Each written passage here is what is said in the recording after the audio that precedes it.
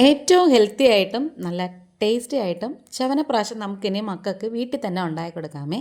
നമുക്കിനി പുറത്തുനിന്ന് കടയിൽ നിന്നൊന്നും വാങ്ങിക്കേണ്ട ആവശ്യമില്ല. ഇത് സിമ്പിളാണ് ചെയ്യാൻ. നമ്മളിത് ഇളക്കാൻ നേരത്ത് കുറച്ച് ടാസ്ക് ആണെന്നേ ഉള്ളൂ. പുതിയൊരു വീഡിയോയിലേക്ക് എല്ലാ കൂട്ടുകാർക്കും സ്വാഗതം. സ്കിപ്പ് ചെയ്യാതെ വീഡിയോ ഫുള്ള് കാണണേ. ഞാനിപ്പോൾ അതേ ഒരു 1/4 കിലോളം നെല്ലിക്ക എടുത്തിട്ടുണ്ട്. ഏകദേശം ഒരു 10 എണ്ണമൊക്കെ ഉണ്ട് കേട്ടോ. അത് കഴുകി നന്നായിട്ട് വൃത്തിയാക്കിയതിന് ശേഷം അത് നികക്കെ വെള്ളം ഒഴിച്ച് കുക്കറിൽ ഒരു 4 വിസിൽ അടുപ്പിച്ചെടുക്കുവാണേ. ഓരോരുത്തരുടെയും ഗ്യാസിൻ്റെ തീയും കുക്കറിൻ്റെ ചൂടും ഇത് വേകുന്ന സമയമൊക്കെ ഓരോ ടൈപ്പായിരിക്കും. അത് അനുസരിച്ച് നിങ്ങൾക്ക് എത്രത്തോളം സമയമാകുമ്പോൾ വേകുമെന്ന് അറിയാമല്ലോ. അപ്പം ആ ഒരു രീതിക്ക് ആക്കി എടുക്കണേ. ഞാനിപ്പോൾ ഏകദേശം ഒരു 4 വിസിൽ അടുപ്പിച്ച് കഴിഞ്ഞപ്പോഴത്തേക്കും നമ്മുടെ കുക്കറൊക്കെ തുറന്ന് നോക്കിയപ്പം നെല്ലിക്കയൊക്കെ നന്നായിട്ടിങ്ങനെ വെന്ത് ഇങ്ങനെ അടർന്ന് വന്നിട്ടുണ്ട് കേട്ടോ. നമ്മളിനി കത്തി കൊണ്ടോ ഒന്നും പൊളിക്കുകയോ ഒന്നും വേണ്ട. ഇതുപോലെ നമ്മൾ തൊട്ടപ്പോൾ തന്നെ നല്ല അലുവ പോലെ നല്ല സോഫ്റ്റായിട്ട് ഇങ്ങനെ ആയിട്ട് വന്നിട്ടുണ്ട്. ഇനി നമുക്ക് ഇതിനകത്തുള്ള കുരുവെല്ലാം എടുത്ത് മാറ്റണം. സ്പൂണൊന്നും വേണമെന്നില്ല. നമ്മൾ കൈയൊക്കെ കഴുകി വൃത്തിയാക്കിയിട്ട് അതിനകത്തുനിന്ന് അങ്ങനെ എടുത്ത് മാറ്റിയാൽ മതി. ഇത് തണുത്തതിന് ശേഷം നമ്മൾ തൊടാവ് കേട്ടോ, അല്ലെങ്കിൽ നല്ല ചൂടായിരിക്കും. ഇത് ഓരോന്നും നമ്മളിങ്ങനെ കുരു ഇങ്ങനെ അടർത്തി മാറ്റണം. നെല്ലിക്കയൊക്കെ കിട്ടുമ്പം ഇതേപോലെ സീസണൊക്കെ ആകുമ്പം നെല്ലിക്ക കിട്ടുന്ന സമയത്ത് ഇതേപോലെയൊക്കെ നമുക്ക് കുറേ ഉണ്ടാക്കി വെച്ചാൽ നമ്മൾ മക്കളുമാർക്കൊക്കെ കൊടുക്കാൻ ഏറ്റവും ഹെൽത്തി ആയിട്ടുള്ളൊരു ഐറ്റമാണ് കേട്ടോ. നെല്ലിക്ക എന്ന് പറയുന്നത് തന്നെ വൈറ്റമിൻ സി ആണ്. പിന്നെ അതുപോലെ എല്ലാ ഹെൽത്ത് ബെനിഫിറ്റ്സും ഉള്ളൊരു അടിപൊളി ഐറ്റമാണ് കേട്ടോ. ഇനി നമുക്കിത് നന്നായിട്ട് തണുത്തതിന് ശേഷം മാത്രം മിക്സിയുടെ ജാറിലിട്ട് നല്ല പേസ്റ്റ് രൂപത്തിൽ അരച്ചെടുക്കണേ. ഇതുപോലെ ഞാനിപ്പം ഫുള്ള് എടുത്തിട്ടുണ്ട്. ഇനി ഈ ഒരു വെള്ളം കളയണ്ട, അതുകൊണ്ട് നമുക്ക് വേറൊരു ആവശ്യമുണ്ട് കേട്ടോ. അതുകൊണ്ട് തന്നെ അത് നമുക്കങ്ങ് മാറ്റി വെച്ചേക്കാം.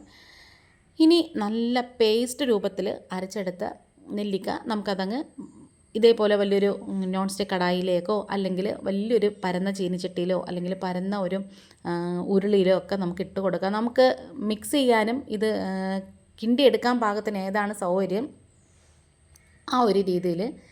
ഇനി 1/4 കപ്പിനേക്കാളും ഒരു ഇച്ചിരിയും കൂടി നമ്മുടെ കറുത്ത മുന്തിരി ഉണ്ടല്ലോ, അതും കൂടി എടുത്തിട്ടുണ്ടേ. ഉണക്കമുന്തിരി അത് നമ്മൾ നെല്ലിക്ക വേവിച്ച വെള്ളം ഉണ്ടല്ലോ അത് വെച്ചിട്ട് വേണം നന്നായിട്ട് അരച്ചെടുക്കാൻ. നല്ല പേസ്റ്റ് രൂപത്തിൽ അരച്ചെടുക്കണം. അതും കൂടെ എന്നിട്ട് നമുക്ക് ഇതിലേക്ക് അങ്ങ് ഒഴിച്ചു കൊടുക്കാനുണ്ട്. അപ്പം ഞാൻ മുന്തിരി ഇങ്ങനെ അരച്ചെടുത്തിട്ട് അതും കൂടി ഒഴിച്ചു കൊടുക്കുകയാണ്.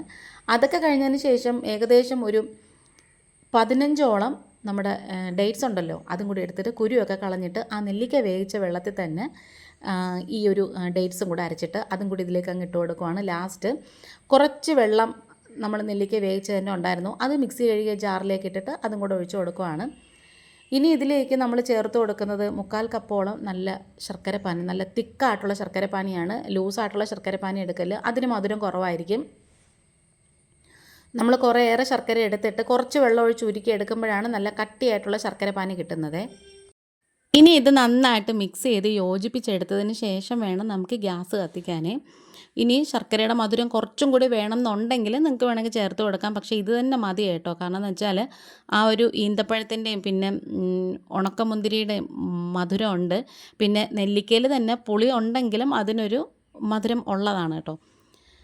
അതൊക്കെ കഴിഞ്ഞതിന് ശേഷം നമ്മൾ ഇനിയാണ് ടാസ്ക് കേട്ടോ. നമ്മൾ നന്നായിട്ടിങ്ങനെ കൈയെടുക്കാതെ ഇങ്ങനെ കിണ്ടി കിണ്ടി യോജിപ്പിച്ചെടുത്ത് ഒന്ന് വരട്ടിയെടുക്കണം. നമ്മൾ ചക്കയൊക്കെ വരട്ടത്തില്ലേ, ഹൽവയൊക്കെ കിണ്ടത്തില്ലേ, അതുപോലെ തന്നെ എടുക്കണം. ഇനി ഇതിൻ്റെ ഒരു മസാല എന്ന് പറയുന്നത് 1 ഇഞ്ച് നീളത്തിലുള്ള പട്ടയും ഒരു 4 ഗ്രാമ്പൂവും ഒരു 2-3 ഏലക്കയൊക്കെ എടുത്തിട്ടുണ്ട്. അതൊന്ന് പൊടിച്ചതിന് ശേഷം ഇതിലേക്ക് അങ്ങ് ചേർത്ത് കൊടുക്കണം. ഇതിനകത്ത് വേറെ ഒരു സ്പൈസസും ചേർക്കരുത്. കുരുമുളക്, അതുപോലെ തന്നെ ജീരകം, ചുക്ക് അങ്ങനത്തെ ഒക്കെ ചേർക്കണമെന്നുണ്ടെങ്കിൽ നമുക്ക് ആ ഒരു കറക്റ്റ് ഫ്ലേവർ, ആ ഒരു ടേസ്റ്റ് കിട്ടത്തില്ല.